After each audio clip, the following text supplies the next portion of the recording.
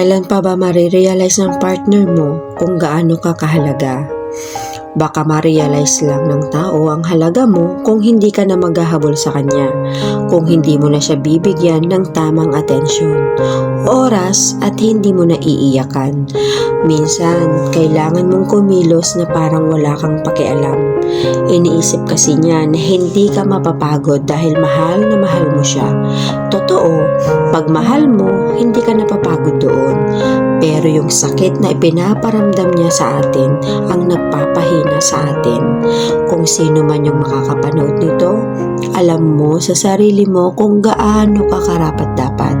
Kaya itigil mo na yung pagtuto sa taong hindi karapat-dapat. Kung talagang mahal ka, hindi mo kailangang makiusap para sa kanilang oras. Kasi kung talagang gusto ka nila, buong puso nilang ibibigay. Kaya please, mahalin mo ang sarili mo higit kanino man.